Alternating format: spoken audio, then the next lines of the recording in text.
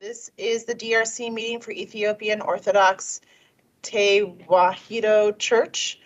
I am Christina Sorrento. I'm the Chief of the Intake and Regulatory Coordination Division, and your lead reviewer is Ryan Sigworth.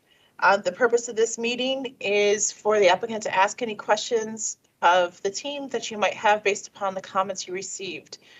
This meeting is being live streamed and recorded, and I'm going to turn it over to Ryan to highlight some of the major issues, and then we'll turn it over to the applicant. Ryan is currently bringing up the joining plan. the meeting, and yeah. Oh gosh, chaos.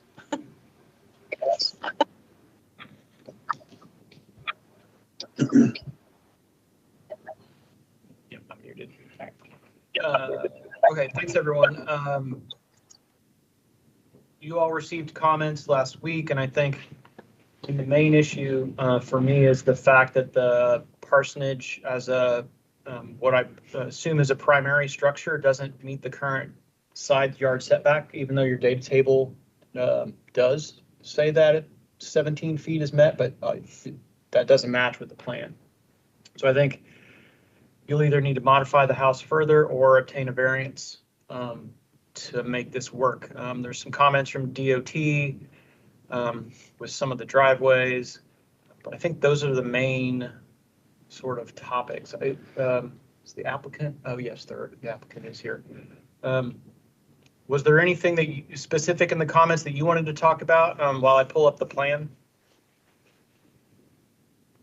Applicant. Hi, good morning. Good morning. This is Peter Safari. Thank you for the comments on the side setback. We'll have to look at that with respect to the parsonage. The applicant, is anyone from Historic Preservation on the line? There was an item there about the adjacent property from Brian Crane, and we're willing to. I think it would probably be best to do a follow-up meeting on this, and if we could schedule it, sooner than later, that would be our preference. We've looked at the adjacent cemetery, and we're willing to undertake ground penetrating radar as suggested along the property line within 50 feet inside of our property line.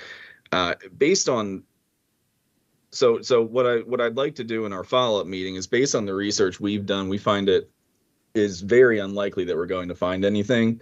But pursuant to the guidelines, we do want to undertake the consultation and get the benefit of what additional historic research you might have versus what was available online and through our own research.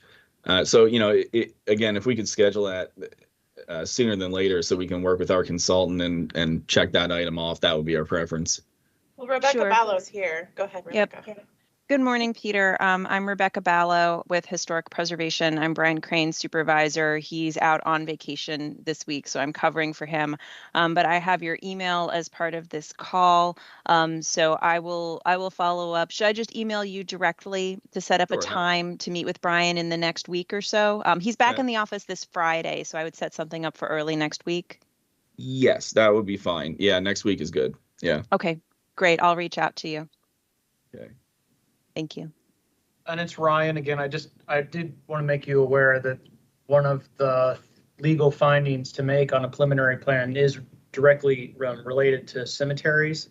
So whatever the code requirements in terms of the historic preservation and cemeteries, that's going to be a legal finding that has to be made in front of the board. So I just want to keep that on your radar.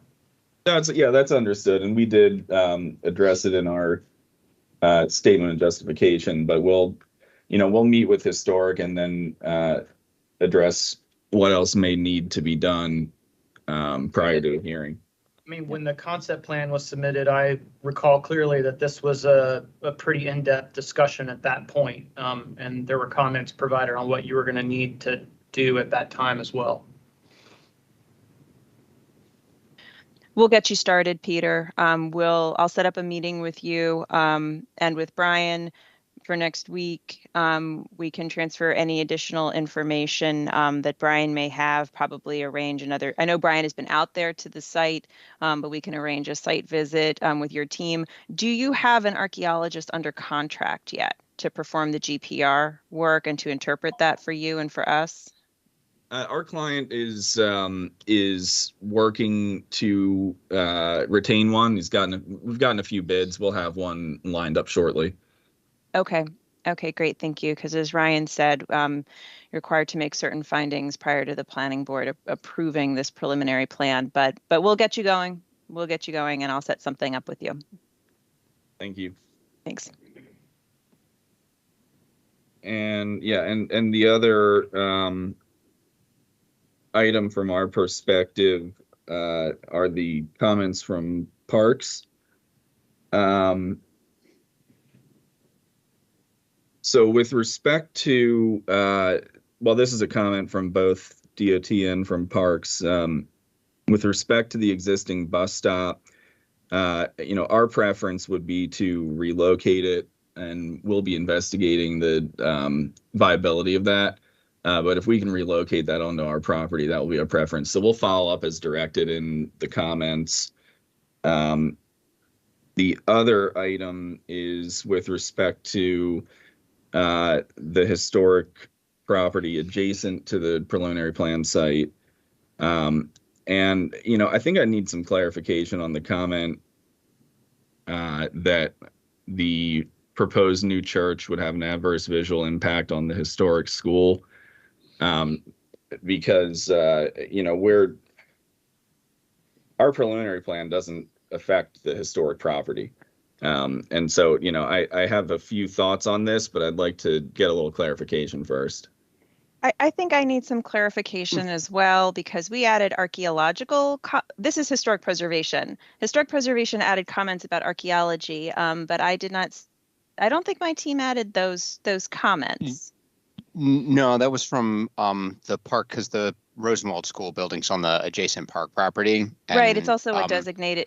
It is a designated master plan site, but we didn't add those. Right, that got added through the parks.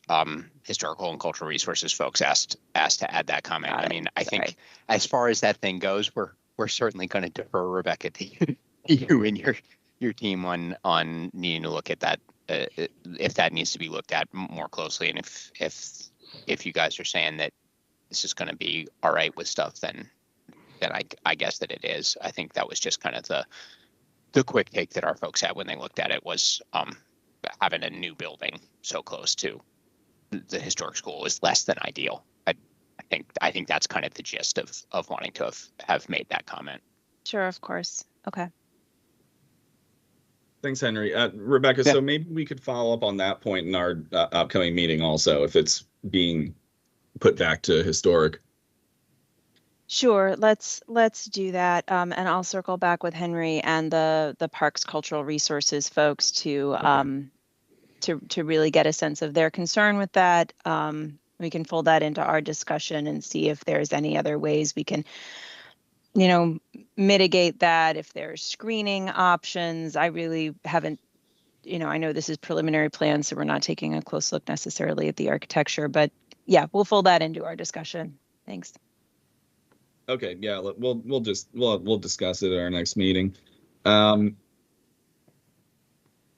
those were the primary points from my perspective. I have some folks from GLW on the line.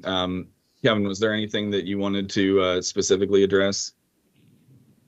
Not specifically. I know Marie had a few comments on the fire access, but we're looking into addressing those. So I don't know that there's really a whole lot to discuss here today. And Doug Johnson, you had a bunch of comments, mostly going back to the NRI and some issues with the NRI. So Doug, I'll get with you this week to talk about those. They're not going to have a dramatic effect on the plan.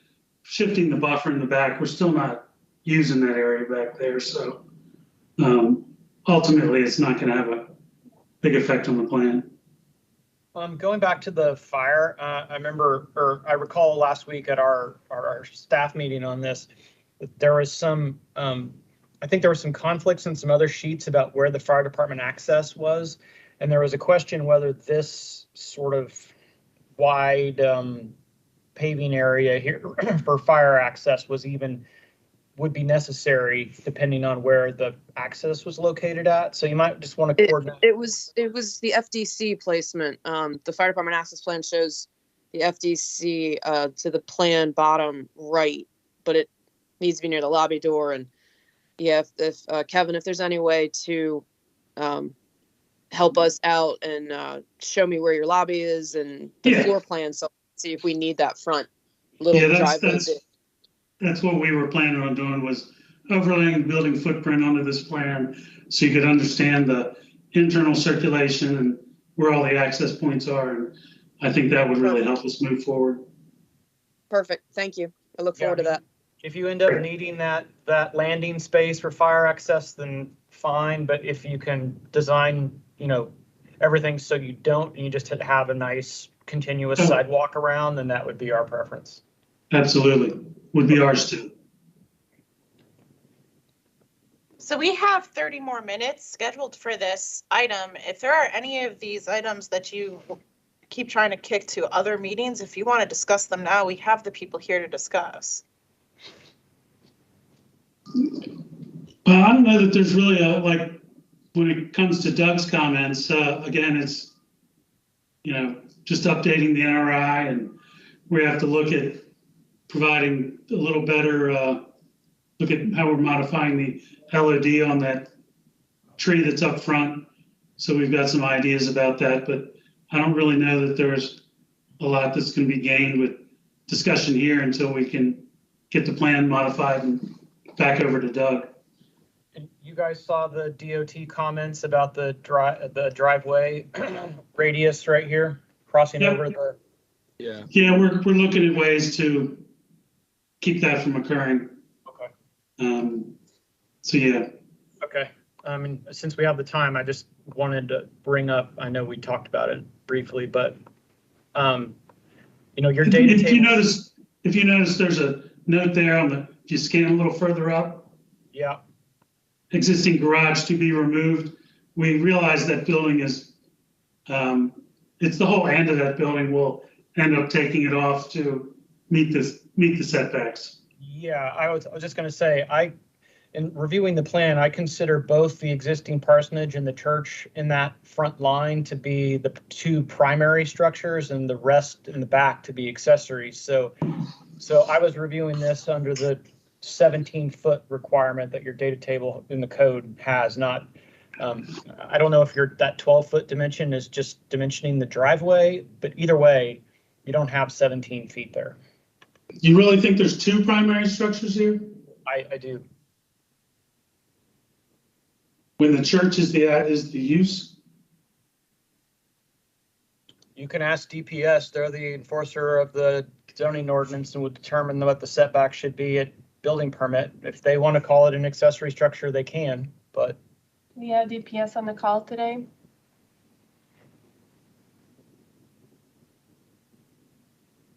Who is here from DPS? Who's from zoning? Yep. DPS zoning, sorry. Hi, it's Victor. It should be Matt Mikowski on the call. Yeah. I'm here too, but Matt's supposed to be responding. This is Trisha Wolford. Can you zoom out on the plan? Sure. Hold on one second.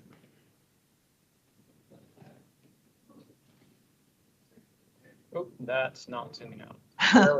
And I think that line there, yes, that's correct. No.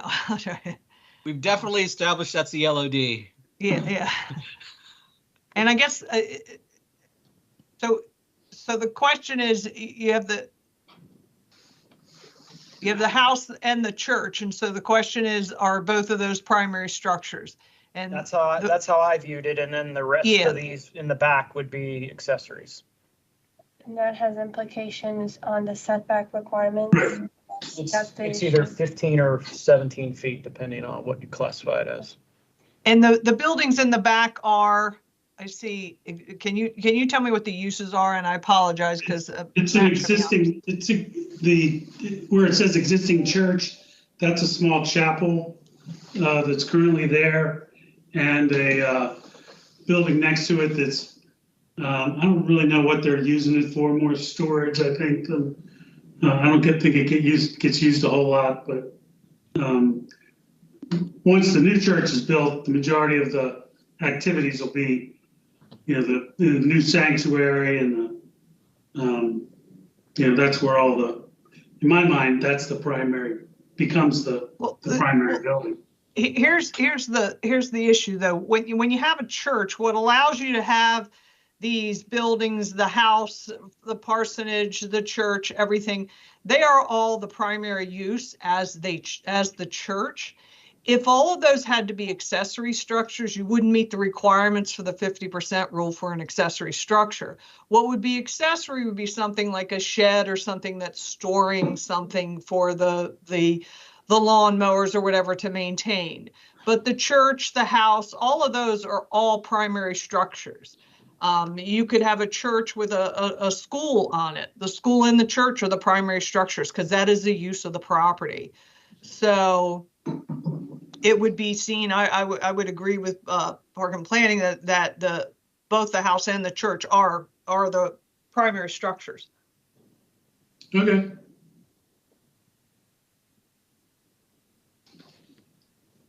We'll have to deal with it then.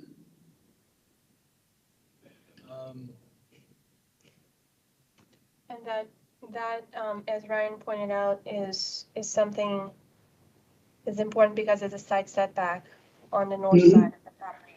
Right, Ryan, is there any other issue that you see with that? No, the setbacks all work other than that one on the north side where between the property line and the existing house. Okay. Everything else is fine. Kevin, do you see any other issues with that we didn't point out? I don't think so. Okay. And these aren't an issue on any rear setback because when the property's platted, there will be no property line here anymore. This is all right. In other words, this distance all the way to the back will become the rear setback. So, I did have, I wanted to, just based on the concept plan and your changes, in design and locating the buildings based on that feedback is much appreciated. The design folks were happy with what they saw. So appreciate it. Yeah, no, we took your comments seriously and we tried to work with that and I think it'll work out fine. And DOT, Deepak, did you have anything? Is Deepak on the call? Did you have anything regarding the master plan and the bikeable shoulders? I see 5-foot shoulders shown here, but I think that's some discussion. Yeah, they show the 5-foot shoulder. I mean, it's up to the state to, it's a state right of way. So yeah. Right. The only other thing is the storm drain. I had some comments regarding storm drain stuff, so which is incomplete. So a portion of the site drains to the back to the stream, but I need to see there's a culvert under a major roadway. I think that stream flows to a culvert. So I need to know the distance of that culvert from the edge of the property line. So if it's less than 500 feet, then you need to show me the culvert analysis. Yeah, I think we'll look at it, but I'm pretty sure it's further than 500 feet from where we're dumping out into the stream. Okay. That's all I have. Not a problem. SHA, did you have any discussion about the master plan required bikeable or 5-foot bikeable shoulders on this plan? Any issues with that?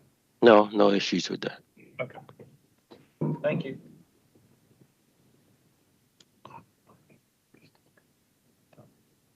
Do you have anything?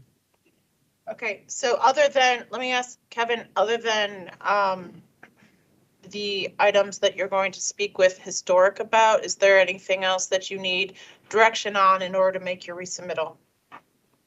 I don't think so. Okay. Kevin, I guess the only thing I would say is if you choose to go towards the variance route, then that will, the board would have to hold off on making any determination until that was finalized. I mean, doesn't sound Yeah, like I get it. that way, but in the event that I get it. Yeah. All We'll right. just have to discuss that with our client. And Kevin, I just wanted to echo what Ryan said. The design team was very pleased with the revisions that you made. We think this is going to be a much better design for your project as well as for the community. So kudos to you and the team for pulling off this revisions to the layout. Thank you. Thank you. Hi, my name is Gazacho. I'm from the client side. Hello. Hi, can you hear me? Yes. Yeah, Thank you all, for your feedback and for your all advice. So, my name is Gazacho. I'm from the client side, and I think would be happy to accommodate the comment regarding the setback requirement on the the existing building side, the 17 inches. I just want to add that. Thank you. Okay. Okay. I don't Right. have anything else. I think we'll follow up on these and resubmit as needed. Okay. Thank you very much. Thanks, guys. Thanks. Thank you.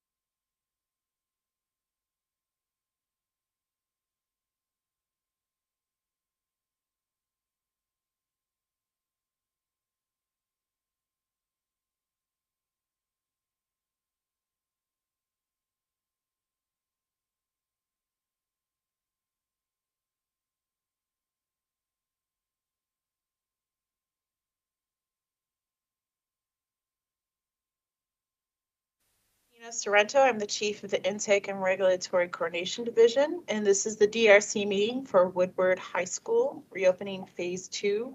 Your lead reviewer is Luis Estrada, and he has brought up the plan. Luis will highlight many of the major issues that we have that we should talk about, and then really this is the applicant's meeting to ask any questions you might have. The meeting is being live streamed and recorded, so go ahead, Luis. Good morning, everybody. This is Luis Estrada, and just to be clear, we are reviewing phase 2 of the redevelopment of Woodward High School.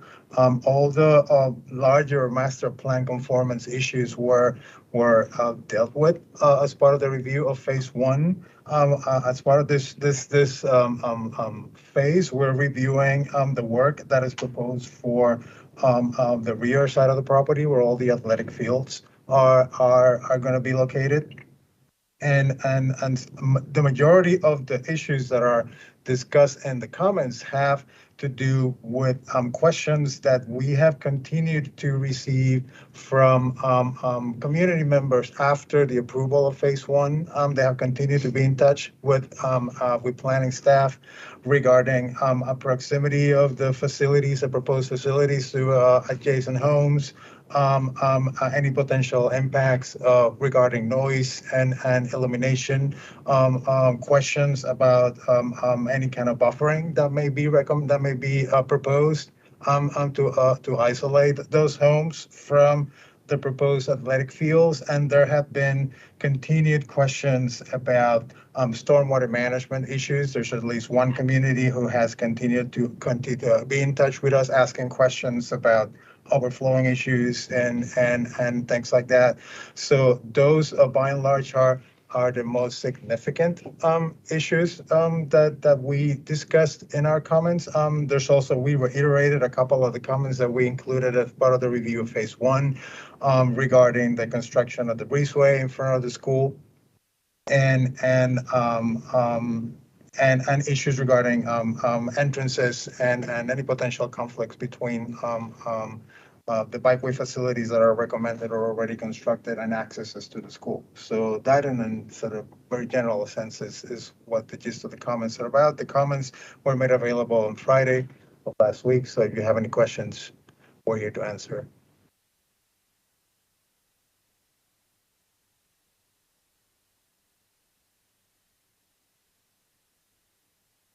Okay, does the applicant have anything to say? I'll ask a question since no one else is right now. On the comments, we have an approved forest conservation plan on this property. And one of the comments is to file a new natural resource inventory. We don't typically do that, but we would pick up all of the trees and everything as part of an amended forest conservation plan. Is that still acceptable? Yeah, you can do that. Okay. Yeah, we plan to update all the plans and everything. And we were going to, I believe I spoke with someone a while back, the adjacent property, the Edson Lane Forest, we're treating that. That's the Montgomery County properties to the north on that plan that we're looking at, north of the baseball field, I think it is. We're planning to treat that as off-site area. Okay. Right there, yeah. And we're going to roll that into all of our plans as off-site LOD because it's under different ownership.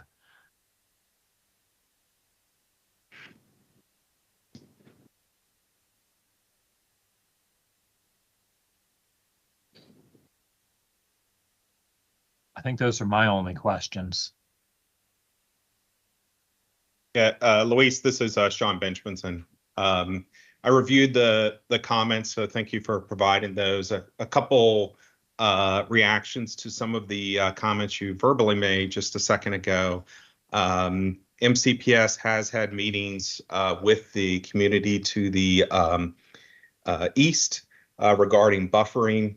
We've had those occurred this past summer as we started to ramp up into, or maybe early fall, as we started to ramp up into the phase 2 effort, particularly related to retaining walls and those type of things and buffering along that side. So as we approach mandatory referral, we'll be working with implementing that buffering plan.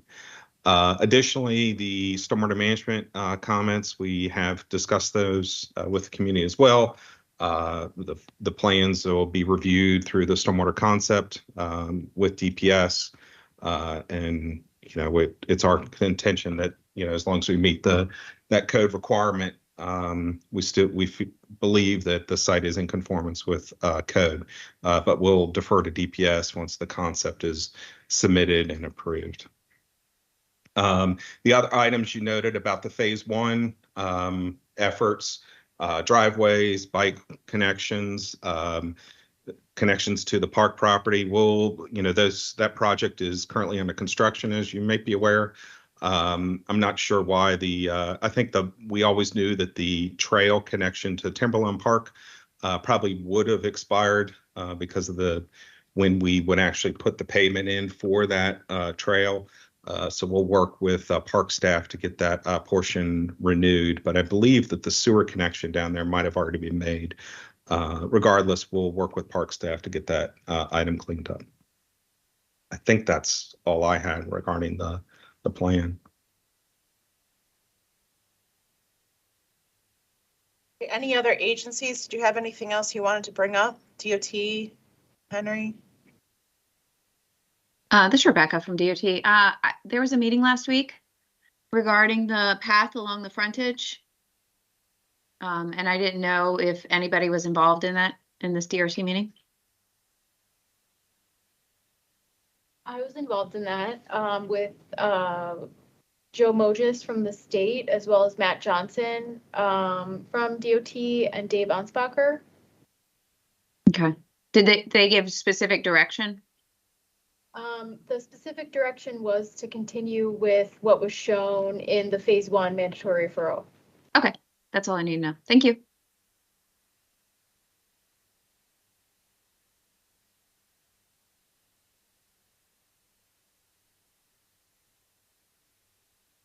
Does anybody else have any comments on this?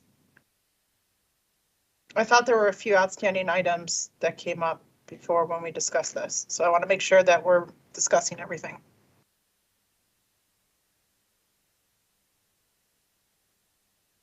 Nothing?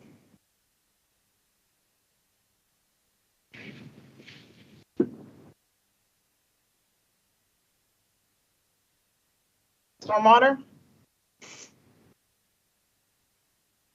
No, we're continuing to review the plans as we said at the last meeting, and we will continue to do that.